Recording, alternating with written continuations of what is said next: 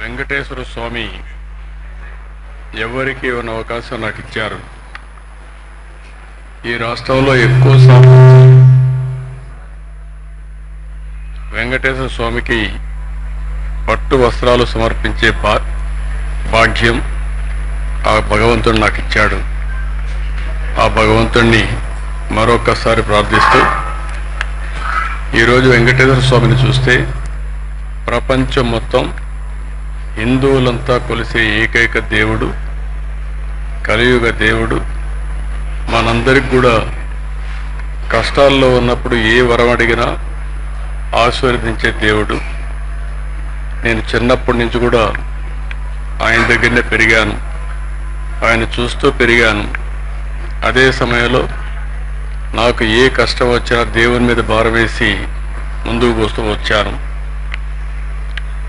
22 సంవత్సరాల కంటే ముందు ఈ బ్రహ్మోత్సవాలు ప్రారంభించిన రోజునే నాకు ప్రాణభిక్ష పెట్టాడు. అది ఊహించని పరిణామం. మామూలుగా అయితే బ్రతికే పరిస్థితి లేదు. అంటే ఒక పర్పస్ కోసం భగవంతుడు నన్ను బతికిచ్చాడని, ప్రాణభిక్ష పెట్టాడని నేను ఎప్పుడూ ఆ దేవుణ్ణి తలుచుకుంటూ ముందుకు పోతున్నాను. ఈరోజు ఇక్కడికి వచ్చినప్పుడు దగ్గర 14 సార్లు బ్రహ్మోత్సవాల్లో పట్టు వస్త్రాలు దేవుడికి ఇచ్చే అవకాశం కల్పించారు. ఇంకొక పక్కన చూస్తే ఈరోజు ఈ వెంకటేశ్వర స్వామి వల్ల ప్రపంచం మొత్తం శాంతి, సౌభాగ్యం, సమస్యలను కూడా పరిష్కారం చేస్తూ ముందుకు తీసుకుపోతున్నారు. అలాంటి వెంకటేశ్వర స్వామి దగ్గర ఎన్నోసార్లు మనమందరం కూడా ఎన్నో మంచి కార్యక్రమాలు చేశాం. ఒకప్పుడు మీరు ఒకసారి చూస్తే ఇక్కడ బోర్డు మెంబర్స్ అందరూ ఉన్నారు, చైర్మన్ గారు, ఈవో గారు ఉన్నారు. ఇక్కడ ఉండే సభ్యులంతా కూడా ఒక పవిత్రమైన భావంతో పనిచేస్తున్నారు. తిరుమల తిరుపతి దేవస్థానం వెంకటేశ్వర స్వామి పవిత్రత కాపాడుతూనే వెంకటేశ్వర స్వామి ప్రాబల్యాన్ని ప్రపంచం మొత్తం మనం తీసుకెళ్లాల్సిన బాధ్యత మన మీద ఉంది.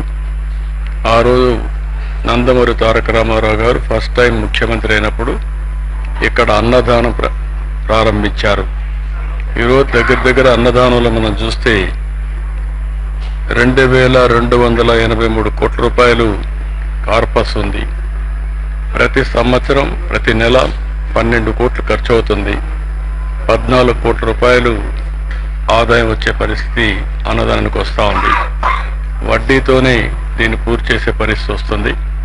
ఈరోజు టీటీడీ బోర్డులో ఉండే మెంబర్స్ని, చైర్మన్ని, ఈవోని అందరినీ కోరుతున్నా, మీరు కూడా టీటీడీ టెంపుల్స్ ఎక్కడైతే ఉన్నాయో మన ఆధ్వర్యంలో నడిచే టెంపుల్స్ అన్నిటిలో స్టాండర్డైజ్ చేసి ఇక్కడ ఏ విధంగా అయితే అన్నదానం కార్యక్రమం జరుగుతుందో అలాంటి కార్యక్రమం అన్ని టెంపుల్లో చేయాల్సిన అవసరం ఉంది.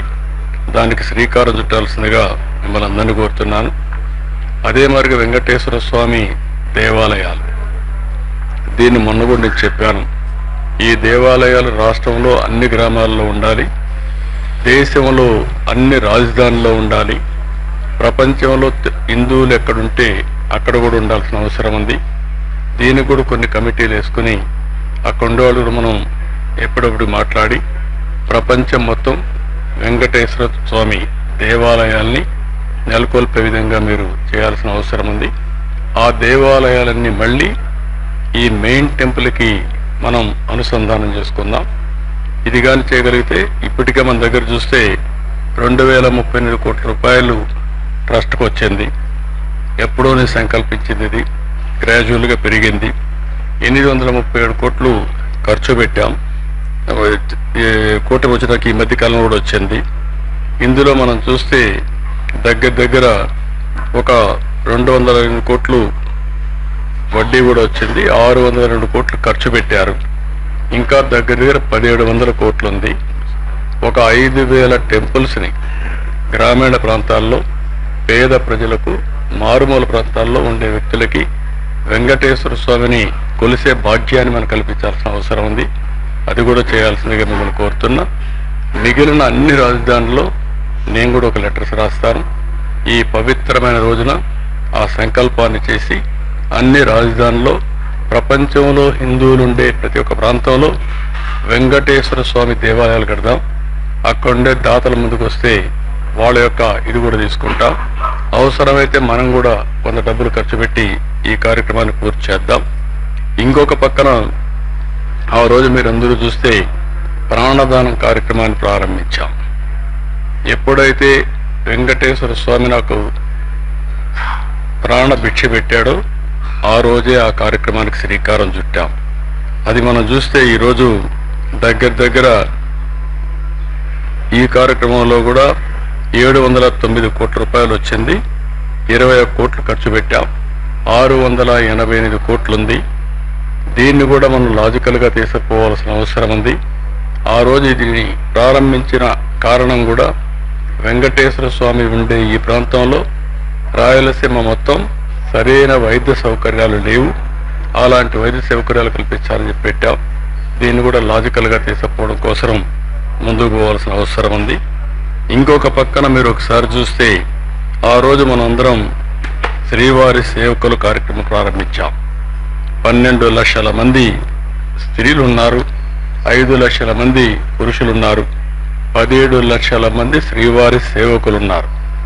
ఈ శ్రీవారి సేవకులు కూడా భారతదేశం ప్రపంచం అంతా కూడా నెట్వర్క్ చేసి ఎప్పటికప్పుడు వారి సేవలకు అనుగుణంగా రేటింగ్ కూడా చేసి వారికి గుర్తింపించి వారు కూడా ఇక్కడికి వచ్చేదానికి అవకాశాలు కల్పించాల్సిన అవసరం ఉంది. ఈ శ్రీవారి సేవకులు వెంకటేశ్వర స్వామికి అతిపెద్ద సంపద. ఈ సంపద ద్వారా శ్రీ వెంకటేశ్వర స్వామి యొక్క విశిష్టతని, ప్రాముఖ్యతని, పవిత్రతని మనం ప్రజల్లోకి తీసుకుపోవాల్సిన అవసరం ఉంది. ఈ 4 కార్యక్రమాలని మనం ఈ చేస్తూనే ఈ తిరుమల తిరుపతి దేవస్థానం ఈ హిల్స్ అంతా కూడా మీరు చూస్తే నేను ఎప్పుడు కూడా గ్రీనరీ ఉండాలి, పచ్చదనం ఉండాలని భావించాం. ఈరోజు దగ్గర మన వాళ్ళు ఇచ్చిన లెక్క ప్రకారం 80% గ్రీనరీ ఉందని ఇచ్చారు. అన్ని ప్రాంతాల్లో బాగా రాళ్లుండే ప్రాంతంలో కూడా చెట్లు పెట్టగలిగాం. దీన్ని కూడా లాజికల్గా తీసుకుపోవాల్సిన అవసరం ఉంది.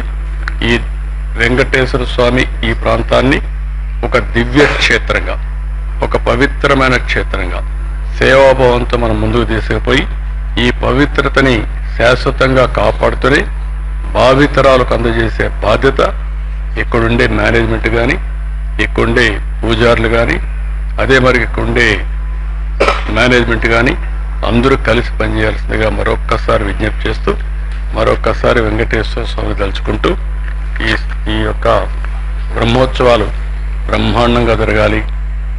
ఎక్కడ కూడా వర్షాలు ఇబ్బంది లేకుండా, సమస్యలు లేకుండా ప్రజలందరూ కూడా ఆనందంగా, ఆరోగ్యంగా, మంచి సంపదతో ఆనందంగా ఉండాలని నా కోరిక.